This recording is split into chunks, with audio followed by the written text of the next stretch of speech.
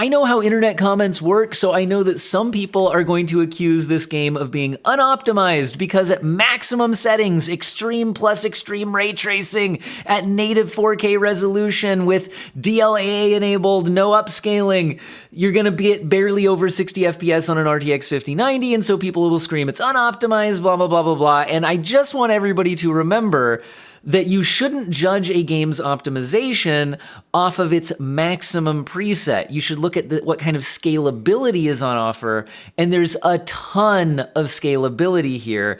And I also don't think that turning down the graphics settings destroys the visual quality of the game. I still think you can have a very good experience at the lower graphics presets and performance goes through the roof, and that's good. We're gonna check that out here. But yeah, if you wanna absolutely max out the game at native 4K, it does take a 5090 to reach over 60 FPS at those settings, as you're seeing here.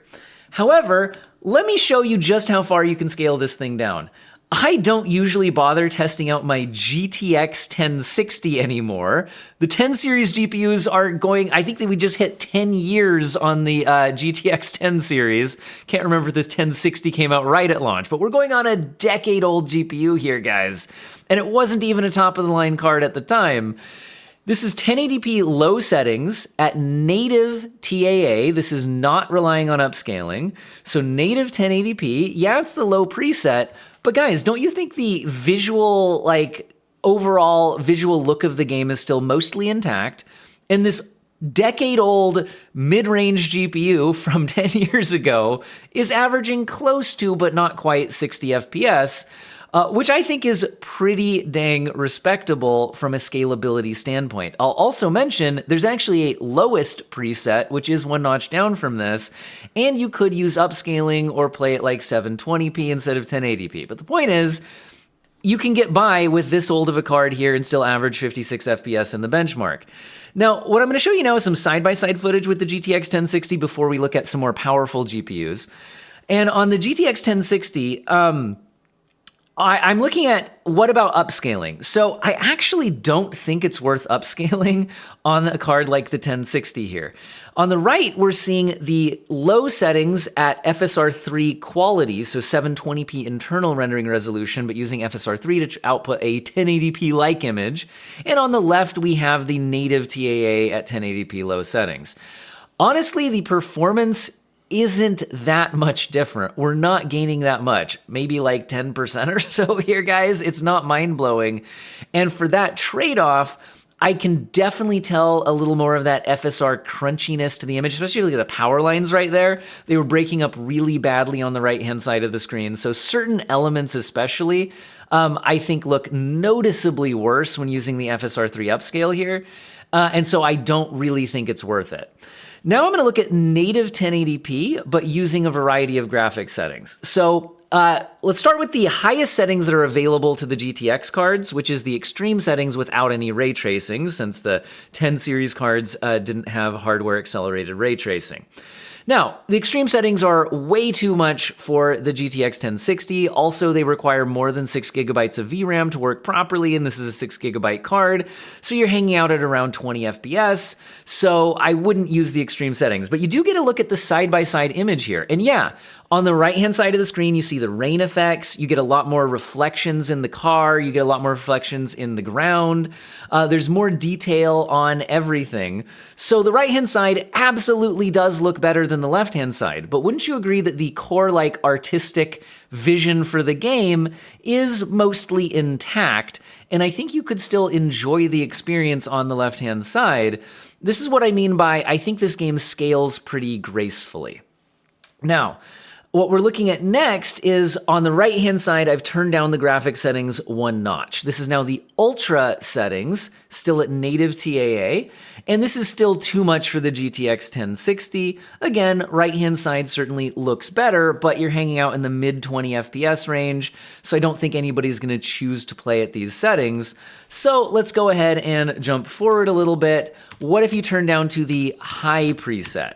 So now the right-hand side is the high preset, again at native TAA, and now you're averaging kind of in the mid-30s. So this is at least a option you could consider if you were playing on a card like the GTX 1060 and you wanted the highest graphics settings you could get away with while averaging over 30 FPS. Now, personally, I would stick to a higher frame rate, like we're getting on the low settings. And again, when you look at the side-by-sides, yeah, it does look noticeably better on the high settings. But now that we're off of those like extreme and ultra settings, like the differences between low and high aren't so dramatic that I think it's necessarily worth the massive frame rate loss on a card like the GTX 1060. So now let's go down to medium settings. So on the right-hand side, we now have medium settings. On the left, we have low. The medium settings do average a little over 40 FPS on the GTX 1060. Now, honestly, 40 FPS doesn't feel that terrible if you're on an older budget system. So if you like the visual upgrades that you're seeing on the right-hand side of the screen compared to the left, you could consider it. But again, I'll be honest, I would personally choose the low settings here. I think playing it near 60 FPS is just better, given that, I don't think that it's a massive visual downgrade on the left-hand side of the screen. Yes, there are some noticeable differences, but now that it's low versus medium, it's getting harder to spot them compared to when it was like low versus extreme. So I think that this is a really good showing for the scalability of this game and its playability on much weaker hardware than what a lot of people would have here, right? This is a mid-range GPU from a decade ago, and it's holding up pretty well at those settings. Now, what if you're playing on a mid-range system from 5 years ago? So that's what we're looking at here. So this is now an RTX 3060 12GB. Also, this time I've also paired it with a CPU that would be a reasonable pairing. In my previous testing, I've just been using a high-end CPU to focus on the GPU performance. But I like to test out an RTX 3060 12GB and a Ryzen 5 5600X, which would have been a reasonable match to have built about 5 years ago or so, or if you're building a budget system now, especially if you're looking at used parts. And so I like to test out a lot of games on these. Now on the left, you have the extreme settings with DLAA, so better than TAA anti-aliasing and native resolution. And it's hitting, 50-ish FPS. If you use DLSS quality, which we're seeing on the right, instead of DLAA, you average a lot closer to 60 FPS. And I think both options look pretty good, but when we look at like the power lines above the bridge, I do think the native res does hold up just a little bit better. So given that this game doesn't seem to like hugely benefit from upscaling, you might consider staying at the native resolution here, or just turning down to ultra instead of extreme, which is what we're looking at now. So now the left-hand side of the screen is ultra at native resolution using DLAA anti-aliasing. And on the right-hand side of the screen, we have the ultra settings with DLSS quality upscaling. You're getting around 60 FPS on the Ultra with DLSS quality. You're getting kind of low 50s on the left-hand side at native. So again, not a massive boost from the upscaling, so I would lean towards using native resolution in this game for the most part. Also, I think the Extreme and the Ultra presets are both very usable on a variable refresh rate display on this system. Also, I'm keeping my eye on the CPU usage. It's high, but I don't think we're CPU limited for the most part because the GPU usage remains high, the GPU wattage remains high. So I do think there's still a little bit of headroom there on the CPU, but I am keeping an eye on that because I'm intentionally using Ryzen 5 5600X rather than a high-end CPU in order to keep an eye on how the CPU is able to perform in this game as well. So now on the left-hand side of the screen, we have the high preset at native resolution using DLAA. And because we didn't really need more performance and upscaling wasn't getting us a lot, on the right, I'm not showing it with upscaling. I'm actually showing going down to medium settings, but at native 1080p with DLAA. Here we're seeing, 70-ish FPS on the high preset and upper 70s on the medium preset. So both of these would be reasonable choices to use. Now, the biggest thing I noticed by dropping down to the high settings or the medium settings instead of the ultra or the extreme was the loss of the rain effects. I do find that pretty noticeable. Now, I'm just using presets, and you could individually turn that setting back up if you did want to make sure you didn't lose out on the rain effects, because I do feel like that's one of the more noticeable things when I was looking at side-by-sides was the loss of that. Also, we were starting to run into some CPU limits on the medium settings there, if you kept an eye on that. So the CPU was good for well over 60 FPS, but once you get closer to upper 70s or 80s, the Ryzen 5 5600X did seem to be kind of topping out there. Now we're up to 1440p. On the left-hand side of the screen, we're seeing 1440p native with DLAA anti-aliasing at the extreme preset. And on the right, we're seeing the extreme preset, but with DLSS balanced upscaling. The extreme settings at native 1440p is close to 40 FPS, and with DLSS balanced, we're closer to 50 FPS. So both of these are usable, but I don't think optimal. Although between the two, I'd rather play at 50-ish FPS, so I probably would take the hit. If you look at like the power lines right here, again, they're not looking terrible with the upscale, but they do break up a little bit more. So some of those fine details, the little fence railings, little things like that, do have a little more of a breakup to them when you're upscaling versus using the DLAA. But it still looks okay with the balanced upscale. Now we're looking at the Ultra preset on the left at native, and on the right, it's still the Ultra preset, but with DLSS balanced. Both are targeting a 1440p output. So now we're looking at like low 40s on the Ultra preset at native, and low 50s on the Ultra preset with DLSS balanced. So to be honest, you don't gain that much performance by going down to the Ultra preset off of the Extreme preset. It's not a huge difference here. So I'm not sure I can really tell you it's worth it to pick one over the other. You know, slightly more performance on Ultra. The visuals aren't extremely different between the two. Notice that, by the way, none of these are using the ray tracing. The 3060, since it was already kind of struggling just with the non-ray traced Extreme and Ultra, I'll look at ray tracing on more powerful hardware than on the 3060 here. But it's playable here at 1440p, especially if you drop down to the high settings. So 1440p high native DLAA on the left-hand side of the screen, and we're actually averaging in kind of the upper 50s, close to 60 FPS. Not a locked 60 though by any means. And on the right, we have the high settings with DLSS balanced, and actually we're averaging around 70 FPS. So overall, I think that these settings are a really good choice. But like I said, the biggest visual downgrade I notice when switching to the high settings off of the Ultra or the Extreme preset is that loss of the rain effect. So I would consider turning that one on manually if I wasn't using presets and was actually just playing the game on this hardware. So something to keep in mind. But look, RTX 3060, mid-range GPU from 5 years ago, on a 1440p display, high settings is good at both native resolution and if you're looking for a smoother experience using some balanced level upscaling, which looks pretty good here. Now we're looking at medium settings on both sides of the screen. Once again, the left-hand side of the screen is the native DLAA, and on the right-hand side of the screen is DLSS balanced upscaling, but both are using the medium graphics preset. And now we're looking at kind of low 60s for the native resolution versus mid 70s for the upscale. And as we kind of approach the mid to upper 70s, you can occasionally see a little bit more of a CPU limitation coming in from that Ryzen 5 5600X, where the GPU usage will at least momentarily drop to around 90%, indicating that it's waiting on the CPU or something else, some streaming or memory or whatever, some other system limitation there. So the Ryzen 5 5600X does seem good to stay over 60 FPS, but once you're trying to get around 80 FPS or higher, it can start to introduce the occasional limiting factor. But I think these are fairly well matched. Let's go ahead and try out another GPU. So now moving up to a modern mid-range GPU. So this is the 9060 XT 16 gigabyte. And this is similar performance to a 5060 Ti if you're more used to Nvidia GPUs. I did, by the way, also test out a 5060 Ti, but I didn't have time to get the side-by-side footage ready for this video. I'm planning on doing at least one, maybe two more videos.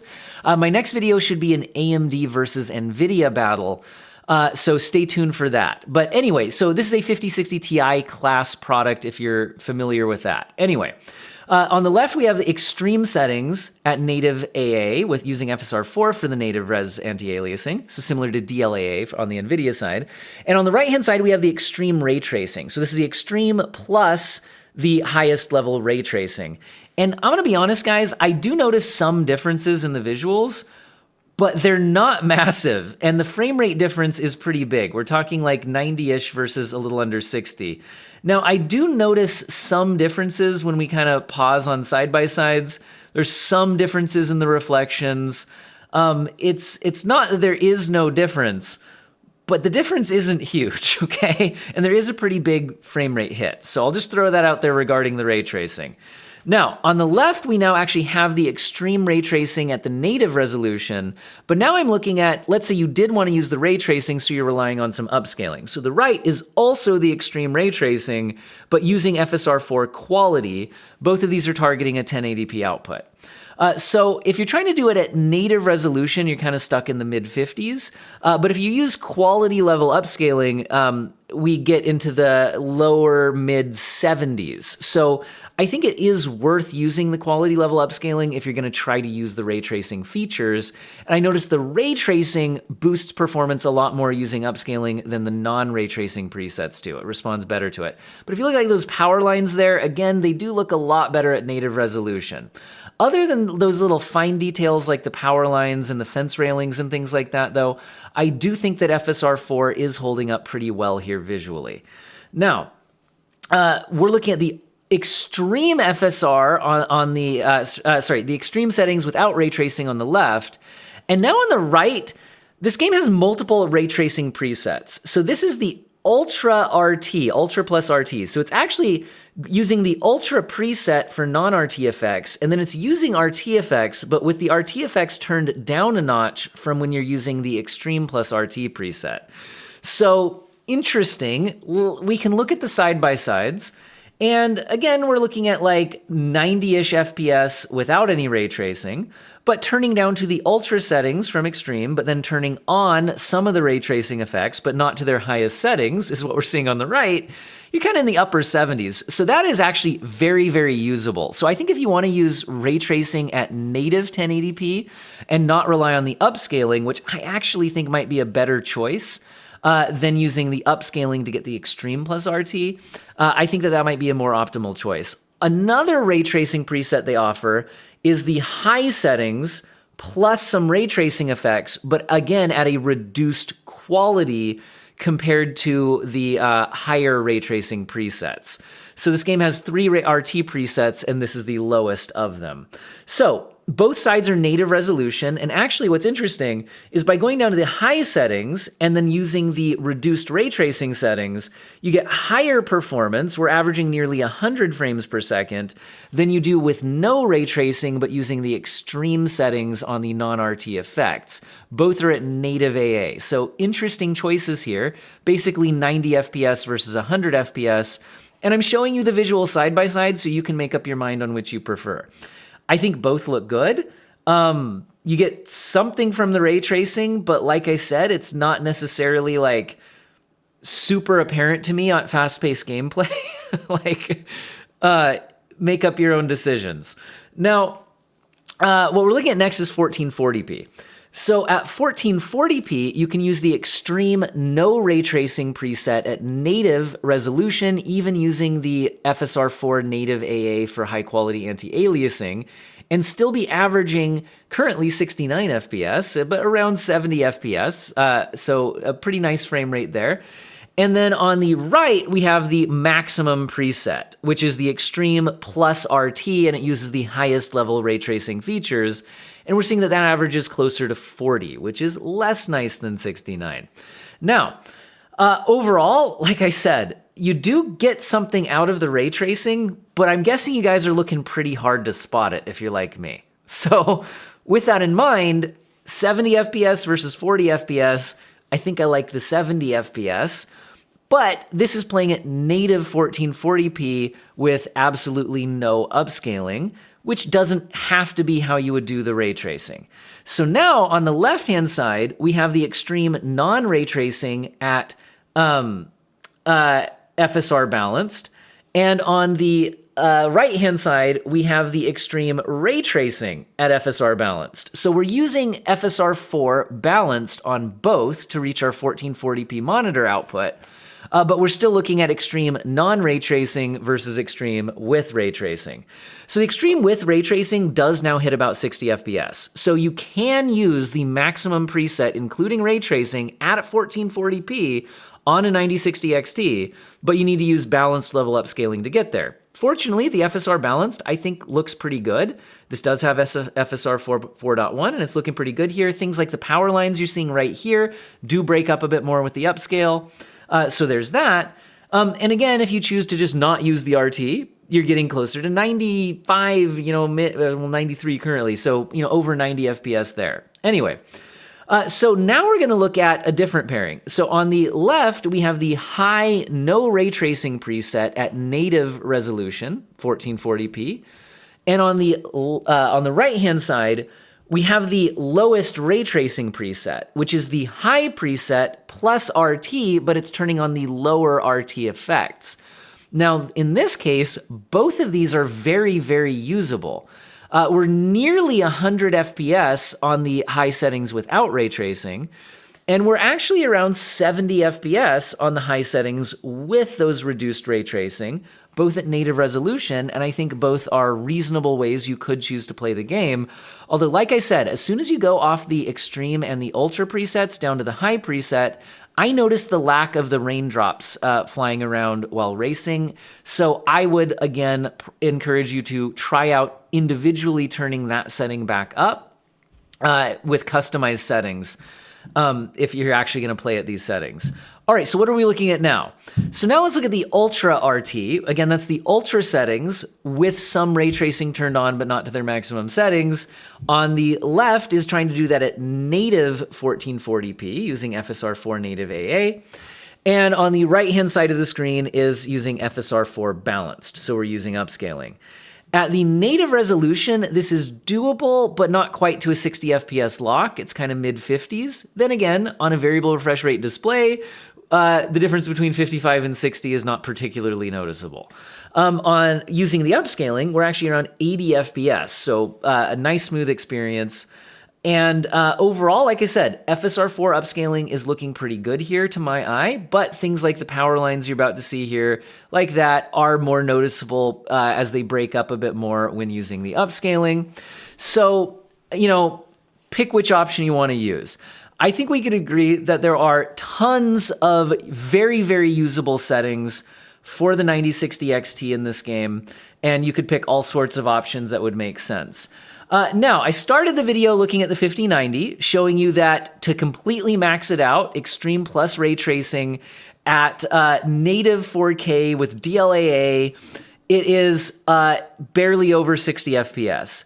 But now let's go ahead and look at some other options. For example, if we do keep looking at the 5090, you could always use upscaling. So this is that same Extreme Plus RT preset on the 5090, but it's using the DLSS performance upscaling.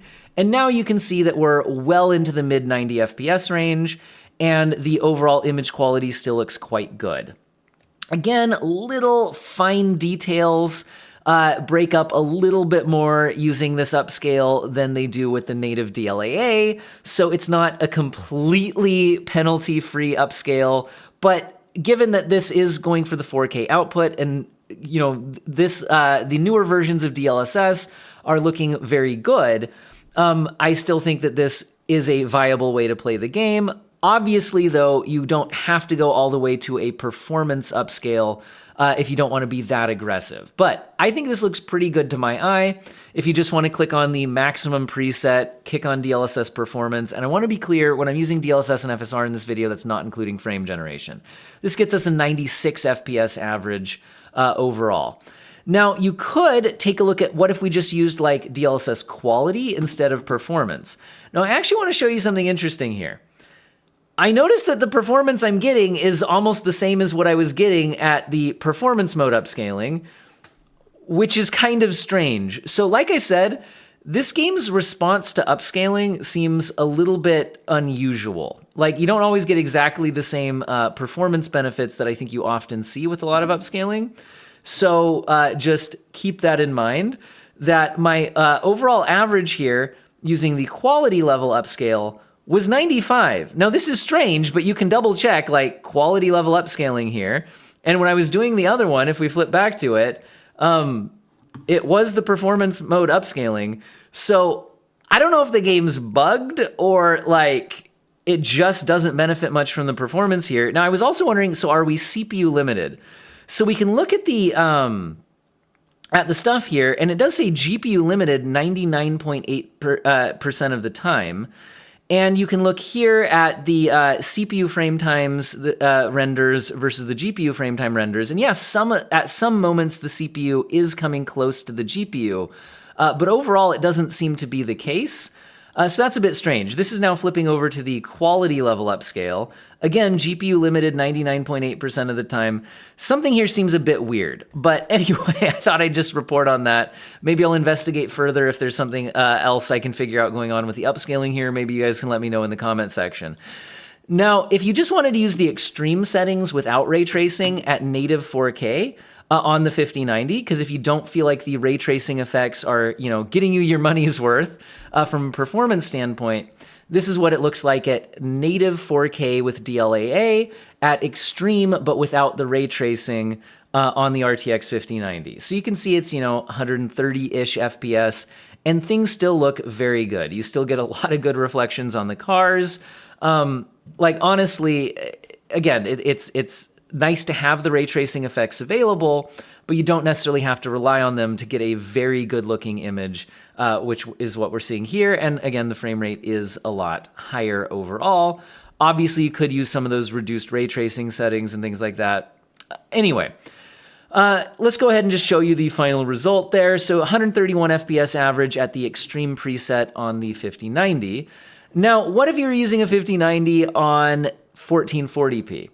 Well, if you want to use the extreme RT at native 1440p, no problems on the 5090, which you would hope there would be no problems on a 5090.